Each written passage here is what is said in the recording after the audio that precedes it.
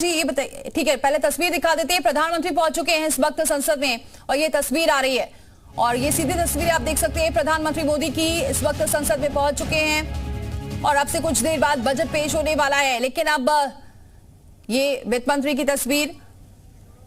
Professor Rajneesh जी, अब बात यही हो रही थी, जीएसटी की बात कर रहे हैं पवन जी, और हम देख रहे हैं कि लगातार इसमें बढ़ोतरी हो रही है। अब अगर हम होम लोन की बात करें तो होम लोन के भी जो ब्याज दर हैं वो लगातार बढ़ते जा रहे हैं। तो ये जरूर कहा जा रहा है कि अभी टाइम बदल रहा है, 2024 आ गया है, लेकिन महंगाई बढ़ती जा रही है, लोगों की सैलरी कम है और ऐसे में ये जो जीएसटी है इसके परसेंटेज बढ़ जाते हैं। साथ में अगर होम लोन की बात करें तो उसके ब्याज भी लगातार बढ़ता जा रहा है, तो आम आदमी के ऊपर तो बोझ लगातार बढ़ता ही जा रहा है। तो ऐसे में कौन सा सेक्टर उभर पाएगा? बिल्कुल, आप रियल एस्टेट सेक्टर जो है वो इतना बढ़ नहीं पा रहा है। उसका कारण सबसे बड़ा ये है कि एक तो प्राइजेस जो इन्फ्लेट कर रहे हैं बहुत ज़्यादा, जो आपने अगर घर लेना है बहुत महंगा होता चला जा रहा है, उसमें कैपिटल एप्रिसिएशन बहुत ज़्यादा होती जा रही है। एक तरफ से हम देखते हैं, हम कहते हैं हमारा 1 करोड़ का घर हो गया, 2 करोड़ का घर हो गया, पर अगर हम दूसरी तरफ देखें तो आम जनता के हिसाब से वो उसको खरीद नहीं पा रहा, उसकी वो रीच में नहीं आ रहा है। हमें बहुत सारी चीज़ों में, जैसे बिजली का आपको बेनिफिट दे दिया, बिजली आपकी फ्री कर दी, पानी आपका फ्री कर दिया, वुमेन के लिए ट्रांसपोर्ट फ्री कर दी, वो छोटे मोटे खर्चे तो वो चला सकता है, बट उसका बेसिक जो है घर, उसको जो खरीदना है, अगर वो कहीं और से बाहर से आया है, जैसे अभी सुधीर जी भी बता रहे थे, बाहर से जो पलायन करके आया है, उसके लिए बहुत मुश्किल हो जाएगा। आवास खरीदना बहुत मुश्किल हो जाएगा।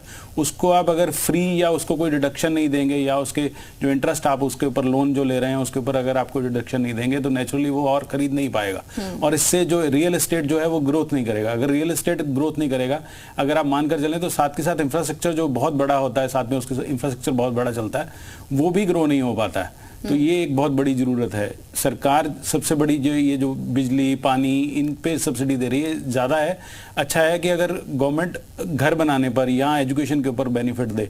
एजुकेशन जब तक आप 10th तक हैं, 12th तक हैं, आपकी फ्री एजुकेशन हो रही है, बट जैसे ही आप डॉक्टरेट करना चाहते हैं या इंजीनियरिंग करना चाहते हैं, डॉक्टरेट करना चाहते हैं, 75 लाख रुपीज़ से लेकर 1 CR तक आपकी फीस जा रही है, वो आप अफोर्ड नहीं कर पाते, वहाँ जाकर आप फंस जाते हैं।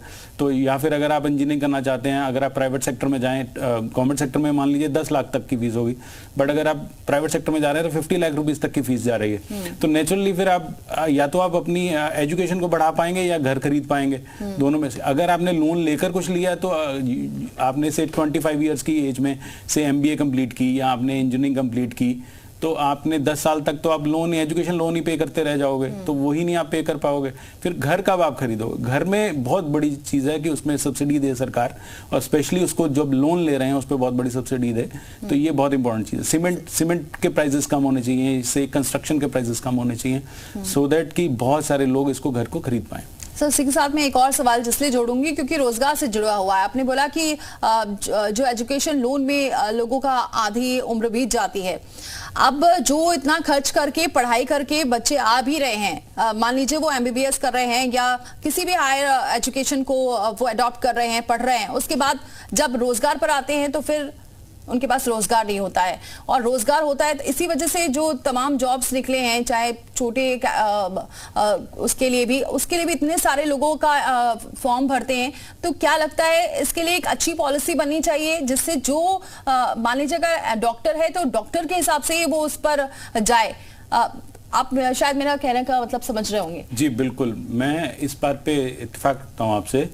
देखिए, अगर एम्प्लॉयमेंट जनरेशन जो है वो गवर्नमेंट जो कर रही है, गवर्नमेंट एक बहुत बड़ा सेक्टर है जो आपको एम्प्लॉयमेंट दे रहा है, बट प्राइवेट सेक्टर को भी फ्लरिश करना पड़ेगा, आपको बढ़ाना पड़ेगा। प्राइवेट सेक्टर चाहे वो छोटा उद्यमी भी हो, वो भी 2 या 4 लोगों को एम्प्लॉयमेंट देता है, तो उसको अगर हम बढ़ाएंगे, अगर उसको ज़्यादा पार्टिसिपेशन उसकी करवाएंगे, तो नेचुरली एम्प्लॉयमेंट बहुत ज़्यादा बढ़ेगी। जब से अगर हम MBA की बात करें, MBA करके IIM से भी अगर कोई MBA कर रहा है, 25 से 30 लाख रुपए उसकी फीस है, वो जैसे ही करके निकलता है उसकी सैलरी तो बहुत हाई लग जाती है, बट वो लोन ही पे करता रह जाता है। एम्प्लॉयमेंट लग भी गई उसकी, बट वो लोन ही पे करता